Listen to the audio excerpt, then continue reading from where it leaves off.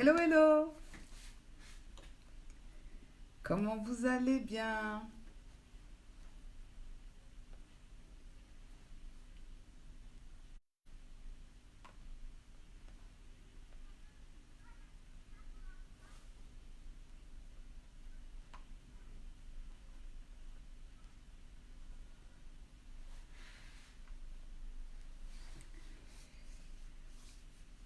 J'espère que vous allez bien. Je vais commencer. Comment se passe le confinement chez vous? Chez la famille Améo, ça se passe plutôt bien. On arrive à s'adapter à la circonstance, hein. Donc voilà, alors déjà je vais me présenter. Je suis Rachel Améo. Je suis médiatrice et réconciliatrice des couples en crise. Et j'accompagne les femmes, le couple du moins, vers une meilleure communication afin justement qu'ils puissent trouver la même fréquence, qu'ils puissent apprendre à bien s'écouter et discuter ensemble. Pourquoi? Parce que il y a beaucoup de couples en crise. Aujourd'hui, on regarde le nombre grandissant des divorces. Donc voilà, je pense qu'il est nécessaire de faire ce que je suis en train de faire. Donc voilà. Le titre de ma vidéo, c'est Si j'avais su. Alors, si j'avais su, n'est-ce pas, combien de fois j'ai pu entendre cette phrase, si j'avais su, je l'ai entendu pas mal de fois. Je regarde par là parce qu'il y a ma fille en face. Bon, bref. Donc, je poursuis. Déjà, c'est quoi le mariage? C'est le début, hein, c'est le départ. Parce que là, je parlais justement d'un couple en crise.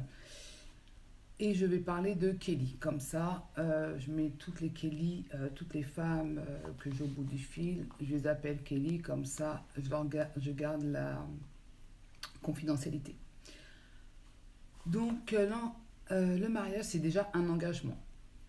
Un engagement devant le maire où tu as décidé, quand je dis tu, c'est Kelly. Tu as décidé de dire oui devant un homme et devant tes invités. Pour celles qui sont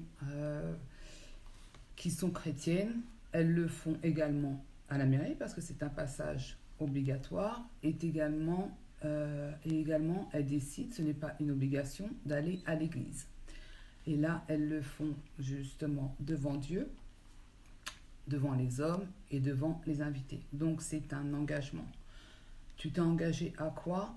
À rester marié, à aimer ton mari. Et justement, la base du mariage, ce n'est pas les sentiments, ce ne sont pas les sentiments, mais l'amour. L'amour, c'est différent que le sentiment. C'est vrai que tu peux aimer, les sentiments viennent, mais tu peux essayer, tu peux également, parce que les sentiments, comme on dit le mot, sentiment. Tu peux continuer d'aimer et là, c'est une décision. Donc la base du mariage, ce ne sont pas les sentiments, mais c'est bien, donc l'amour. Tu as décidé de dire oui dans les moments de bonheur comme dans les moments qui ne le sont moins. Il y a également aussi le fait que tu t'es engagé à aller jusqu'au bout. C'est pour ça que tu t'es marié, sinon tu ne serais pas marié. Maintenant, je ne parle pas des personnes qui sont battues, parce que là, c'est quelque chose à part. Je ferai peut-être une vidéo. Et pour celles aussi où le mari l'a trompée, où il y a eu adultère. Là, je ne parle pas de ces cas-là. Ces deux cas-là, je n'en parle pas dans cette vidéo. Donc voilà. Et là, c'est vraiment une prise de position, hein. Les femmes battues et l'adultère, dans la Bible, lorsque je parle vraiment des femmes mariées, dans la Bible, c'est quelque chose que Dieu va tolérer, entre guillemets, le fait que tu divorces. Mais là encore, ça t'appartient. C'est-à-dire que tu peux décider de pardonner à ton mari ou ton mari peut décider de te pardonner si c'est toi qui as commis l'adultère. Voilà, là, c'est le premier point. Donc déjà, on rebase la vidéo, c'est-à-dire le mariage, c'est un engagement. C'est un engagement, tu as signé devant le maire, tu as signé. Pourquoi je dis ça? Pour le point qui va venir, c'est-à-dire si j'avais su. Alors, si j'avais su, ce que j'entends souvent, j'ai pu le dire à pas mal de reprises, donc c'est pour ça, je me positionne, c'est vrai, parce que je suis experte, mais en même temps, je ne suis pas parfaite. Je ne vais pas te dire de ne pas faire ça parce que je suis déjà arrivée. Non, c'est parce que je suis passée par des difficultés que je te dirais là, fais attention parce que là, il y a un trou. Si je ne suis pas tombée dans le trou, je ne peux pas te dire que là, il y a un trou. D'accord? Parce que je suis tombée dedans et que j'ai pu m'en sortir, je peux te dire là, fais attention, ne va pas là-bas. Parce qu'il y a un trou. Donc, quand je dis que je suis experte, non seulement ça fait 11 ans que je suis mariée, je vais vers ma 12e année, et ça n'a pas été tout rose. Donc, c'est pour ça. Quelqu'un qui a eu un mariage où tout coulait comme un fleuve tranquille, comment il peut t'aider puisqu'il ne connaît pas les difficultés? Moi, je peux te dire que le mariage, ce n'est pas un conte de fées, ce n'est pas pour les bébés. Donc, voilà. Moi, je vais te parler vraiment de réalité. Je ne vais pas te parler de fleurs bleues, je ne vais pas te parler de romans à l'eau de rose. Non, je vais te parler de réalité. Donc, voilà, ça c'était mon premier point, l'engagement. Le deuxième point, c'est les si j'avais su. Si j'avais su, je me serais mariée avec mon ex. C'est là, je l'entends plusieurs fois. Donc, je te dirais, Kelly, je te dirais que si tu devais te marier avec ton ex, tu serais avec ton ex. Si tu n'es pas avec ton ex actuellement, c'est qu'il y a quelque chose qui n'a pas fonctionné.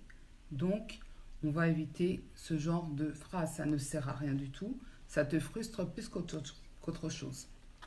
Je vais allumer un petit peu. Je pense que c'est un petit peu mieux. Là, c'est un petit peu mieux. Si les autres phrases, c'est si j'avais su, j'allais profiter plus de la vie. Si j'avais su, j'allais pas avoir mes enfants maintenant. Si j'avais su, toutes ces phrases-là, d'accord? Déjà, d'une, tu es maintenant marié. Donc, comme tu es marié, fais un deuil de toutes ces phrases, puisque de toute façon, tu ne peux pas te marier avec ton ex, tu es déjà marié avec ton mari actuel. Donc, fais une liste. Après la vidéo, fais une liste de tous les si j'avais su, si j'avais su, si j'avais su. Il y a des choses que tu peux rectifier. Par exemple, quand tu dis si j'avais su, j'aurais plus profité de la vie. Qu'est-ce qui t'empêche demain, après-demain, de profiter de la vie? Fais-le. Qu'est-ce qui t'empêche? Rien du tout. Donc maintenant, le si j'avais su avec ton ex, celle-là, tu peux la barrer définitivement parce que de toute façon, tu es marié et comme on l'a dit dans le premier point, c'est de manière définitive. À part si tu es une femme battue, ta vie est en danger ou s'il y a eu adultère. Et là, je ne parle pas de ça dans cette vidéo. Alors, j'ai pris des notes. Alors, donc est-ce que tu vois ce que je veux dire? Tu me laisses ton ressenti, ce que tu veux dans les commentaires. D'accord? Donc, le troisième point, dans les si j'avais su, j'ai envie de te dire, maintenant que tu sais que tu as fait ton deuil, tu as fait le deuil des si j'avais su, prends soin de toi. Prends soin de toi. Qu'est-ce que j'entends par prendre soin de toi? Tout simplement, il est temps que tu fasses un état des lieux pendant justement ce temps de confinement. Des blessures, parce que oui, les blessures, tu en as, et c'est peut-être pour ça que ton couple est en crise.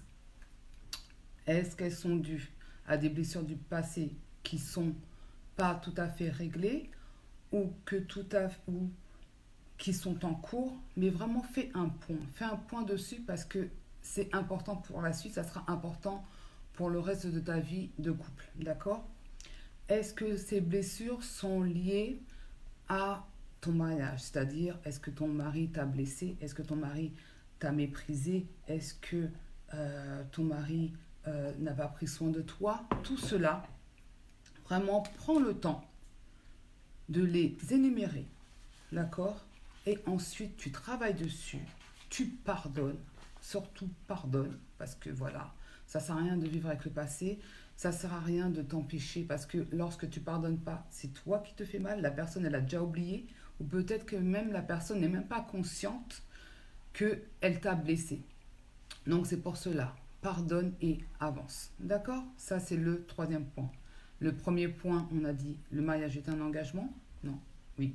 Le deuxième point, fais une liste de tous les si j'avais su.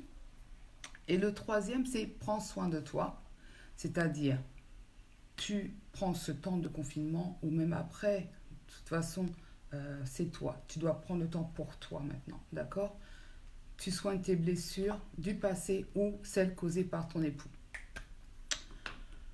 En petit b, je dirais, fais de toi ta priorité. Lorsque je dis ça, c'est maintenant, dis-toi, qu'est-ce que tu veux dans la vie.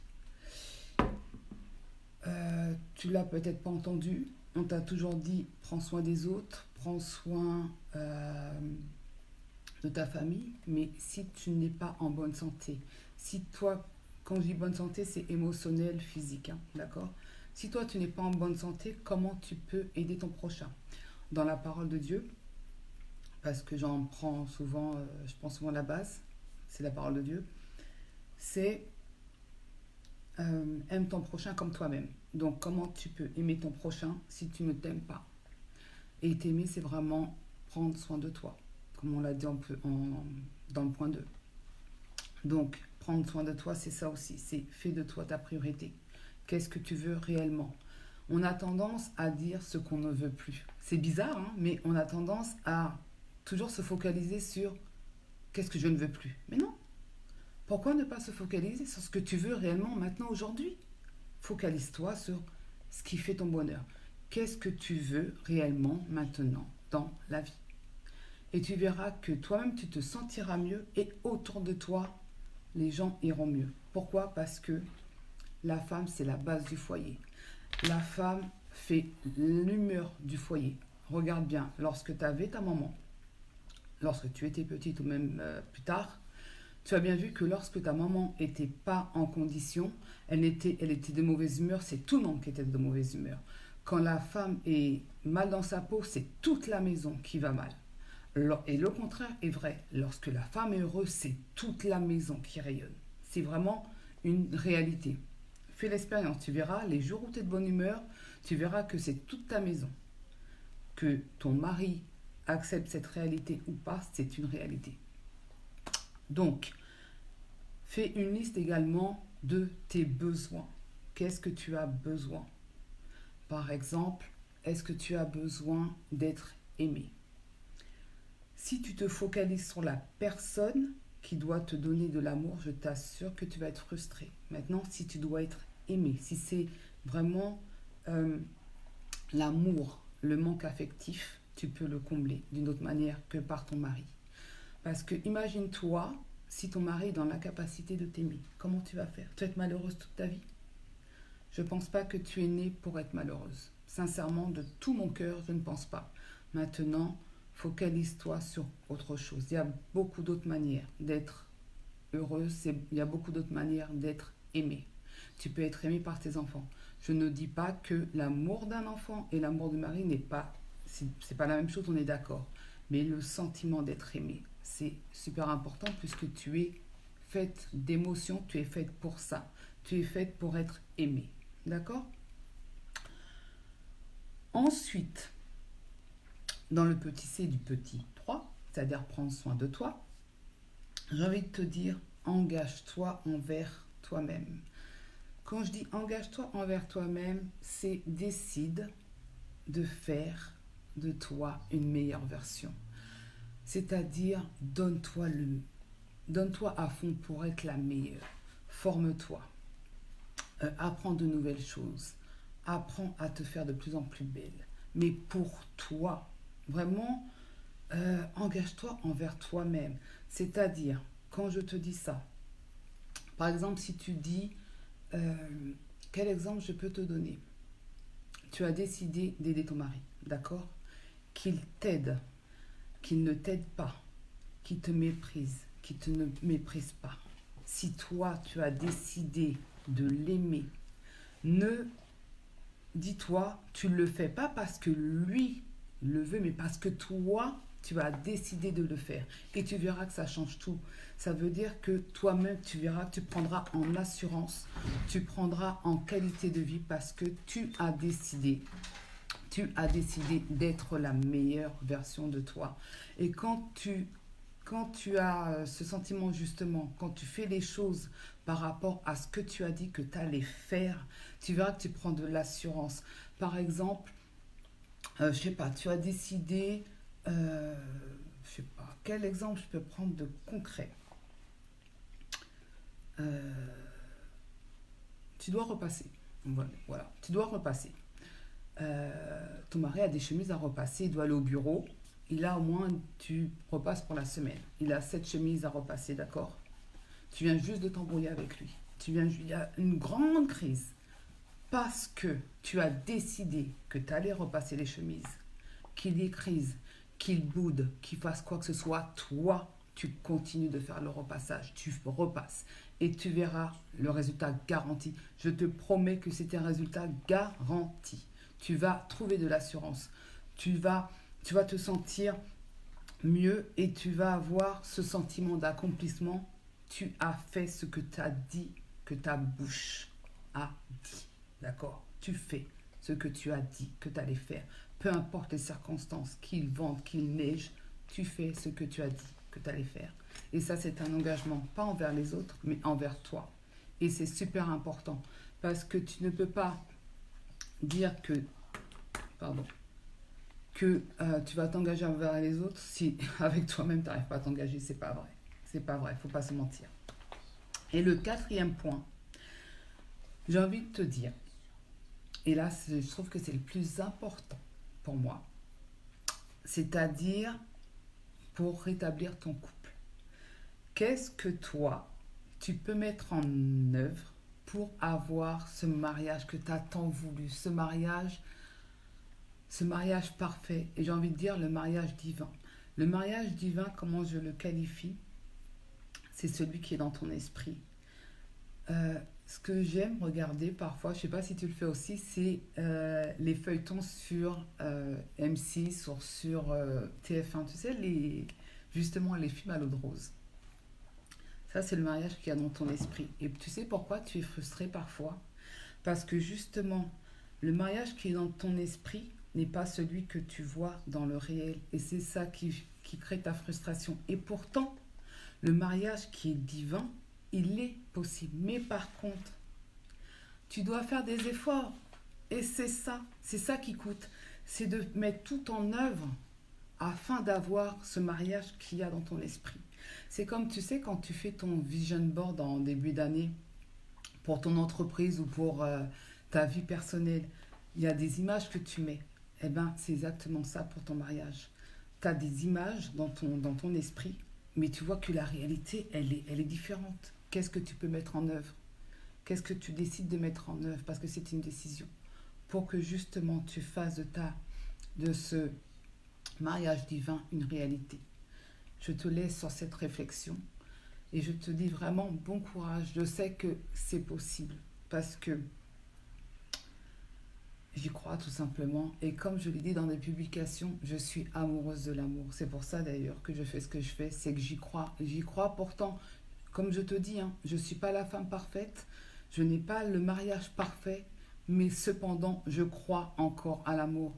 C'est pour te dire tellement que c'est palpable dans mon esprit, c'est tellement vrai que j'y crois. J'y crois et je sais que le mariage divin, celui qui est dans mon esprit, je verrai se réaliser parce que j'y crois. D'accord? Alors j'ai confiance en toi, je te souhaite un bon courage, je te dis aussi prends soin de toi et surtout n'hésite pas, tu as des questions, tu as des commentaires, tu veux me contacter, va sur le Messenger ou sinon je mettrai mon lien Calendly pour que tu puisses prendre un rendez-vous. On en parle, on en discute. Et voilà, d'accord? Je te souhaite une bonne soirée et je te dis à très vite. Bye bye!